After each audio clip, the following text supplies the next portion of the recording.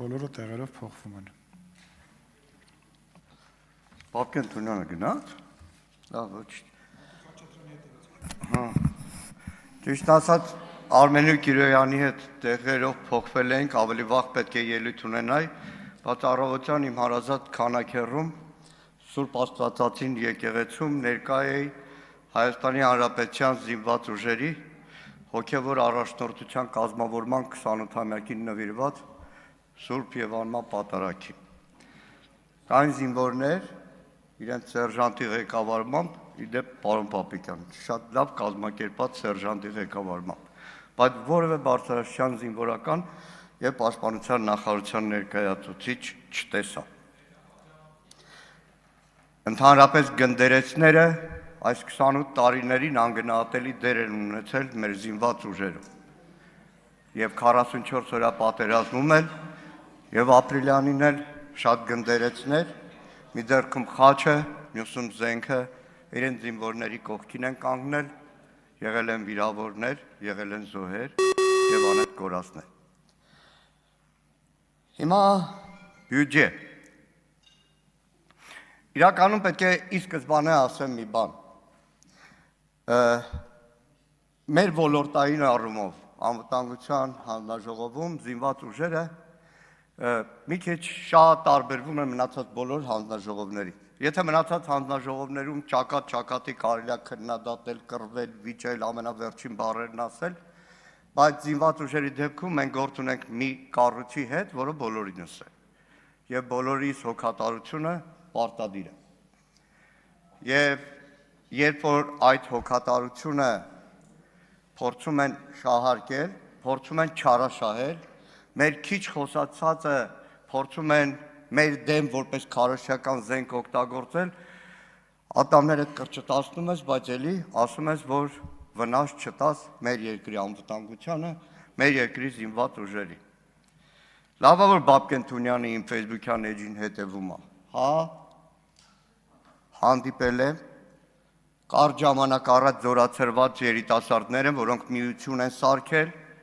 որոնք առողջապահության ոլորտի դերուսանող են, որոնք ֆելչեր են եղել զինված ուժերում, որոնք հենց գետնի վրա են շփվել, տեսել մի ամիս մնացած ժամկետանց դեղերը, տեսել չաշխատող շտաբօգնության են բուխանկեքը, որով զինվորին պետք է օրինակ հոսպիտալ տեղափոխել։ Չեմ ասել, չէ, Պապկեն Թունյան, որ մի շաբաթ 10 օր առաջ օրինակ վթար էր եղել Մեղրիում։ Այդ նույն շտաբօգնության մեքենաներից մեկի մեքենայել չէր մնում։ Չենք ասել։ Եվ ոչ թե այդ տղեկի հետ հանդիպել ենք ուղղակի դրոշ դարձնելու, այլ պայմանավորվել ենք, կարծեմ այսօր արդեն նամակն է գնացել է Պաշտպանության նախարարություն, որ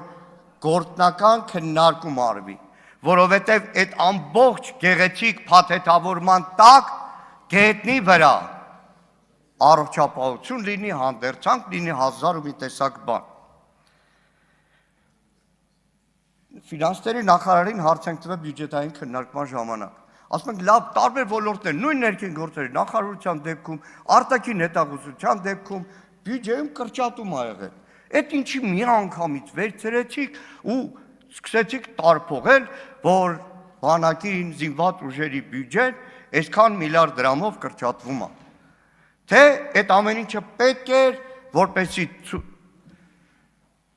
այս պահին չպետք է գար էլի պարոն Մելքոնյանը։ Հիշեցի։ Սուքասյան, լավ էլի։ Չի կարելի, պարոն։ Հեսա կասենք։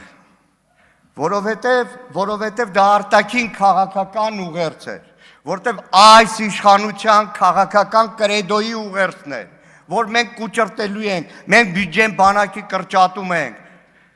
ուղղված Բաքվին, ուղղված Թուրքիային եւ այլ ոչ բարեկամ երկրների։ Հիմա այս վերջին օրերին շատ է Սուրեն Պապիկյանը ազգային ժողովում հրավիրեց, երեկեր թե այս վերջի օրերին Նիկոլ Փաշինյանն է պարբերաբար ասում, եկեք տանենք, ցույց տանք, տանենք, ցույց տանք, տանենք, ցույց տանք։ Գնացել ենք շատ հաճախ, տեսել ենք շատ հաճախ, գովել ենք շատ հաճախ, դիտողությունները նույն պարոն Օհանյանը նստած է, գրավոր ենք ներկայացրել Պաշտպանության նախարարություն, Նույն ռազմաարդյունաբերական համալիրի տարբեր ձեռնարկություններ են գնացել, տեսել են, բայց այդ դարձնել туриզմ, երբ որ հարց առաջանում գաղտնիության դոստուկ չունեցող մարդուն, օրինակ նույն պաշտպանական այդ ամրացված շրջան չի կարելի գնալ, 50 հոգանոց խմբերը ոնց են գնում, ոնց են գնում, միջազգային туриզմի զարգացումն է դարձրեք, туриզմի զարգացումն է դարձրեք, բայց այստեղ կա մի հատ կարևոր բան, առավոտվանից գիշերը պարտանում եք, այդ տեսեք ամրոցներ ենք սարքում, ամրոցներ, լավ, Գեղարքունիքում այդ ամրոցը 6 տարի առաջ կարիք չկար, չէ սարքելու, դրա համար չէր սարքվում էդի։ Ջերմուկուի ուղղությամբ այդ ամրոցը սարքելու կարիք չկար, չէ, Կապանում դրա կարիքը չկար։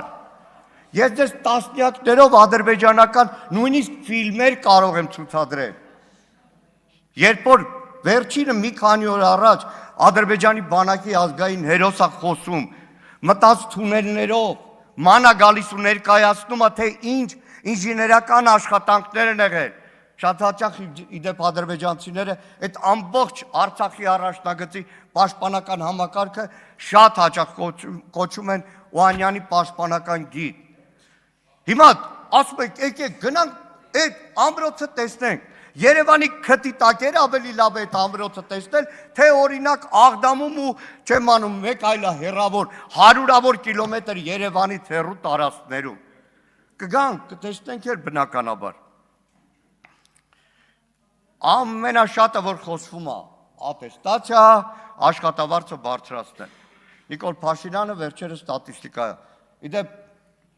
ուզում եմ հիշեցնեմ Նիկոլ Փաշինյանին, որի բերած ստատիստիկաները մեկ-մեկ այնքան վատ կանխազգացումների տեղիք են տալիս։ 20 թվականի հունվարին հիշում եք, Նիկոլ Փաշինյանը ստատուս գրեց, թե բանակում պատմական մինիմումով զոհեր ու կորուստներ ունենք։ 20 թվականի հունվարի։ Հիմա, երբ որ թիվեր հրապարակում 700,000, 30 պայմանագրային զինծառայող ստանում է 700,000, 30 չէ, 130, 230 նույն մարտական հերթապահություն իրականացնող պայմանագրայինների նամակներն ու գրությունները կարող եմ ուղարկել, որոնք նույն մարտական հերթապահություն իրականացնում են ոչ բարձր աշխատավարձով։ Ու ունեն բազմաթիվ պատճառներ, որ չեն կարողանալու այդ ատեստացիան անցնել։ Վերջին օրերին կառավարության կողմից նոր ուղեր ցղվեց։ Պարզվում է մեր բանակը իր ֆունկցիոնալությամբ պետք է փոխվի։ Ոչ թե մարտունակ բանակ,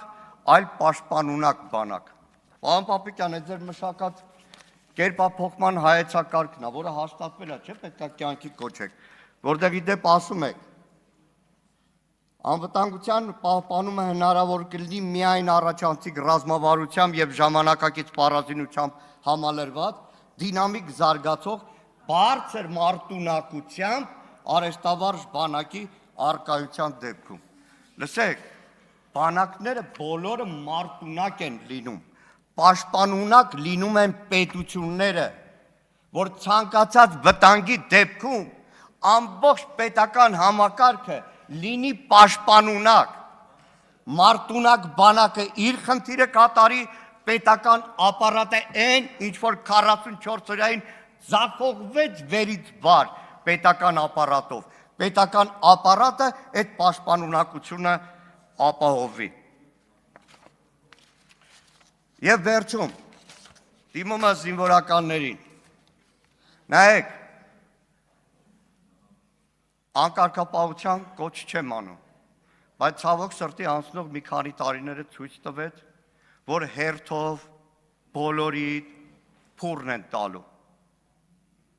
Մի քանի օր առաջ այդ քրեական գործը Արշակ Կարապետյանի վրա որ հարուցվել է, ես ոչ իր պաշտպանեմ, ոչ էլ անմեղության կանխավարկածով ուզում եմ կասկածի տակ դնել, թե չէ, իդեպ ասեմ, աչքից լուսնել չի եղել, երբ որ պաշտպանության մինիստր ա եղել Նիկոլ Փաշինյանի մոտ, կամ իր գլխավոր խորհրդականն ա եղել Նիկոլ Փաշինյանի մոտ ու մարտի 1-ով ցուցմունք էր տալիս։ Բայց ուզում եմ պատկերացնեք, Մարդուն խորհրդականից բերում են գլխավոր շտաբի պետի առաջի տեղակալ, հետո դարձնում են պաշտպանության նախարար, ու դրանից հետո մեկ էլ ասում են քրեական գործ հարուցվել այն գլխավոր շտաբի պետի առաջի տեղակալ։ Լավ, ով էր նշանակում, ով էր կառավարում, քանիսի վրա են այդպես նույն Փաշինյանի նշանակածների քրեական գործ հարուցել։ Ափսոս ժամանակը քիչ է։ Մարդը գտել պաշտպանում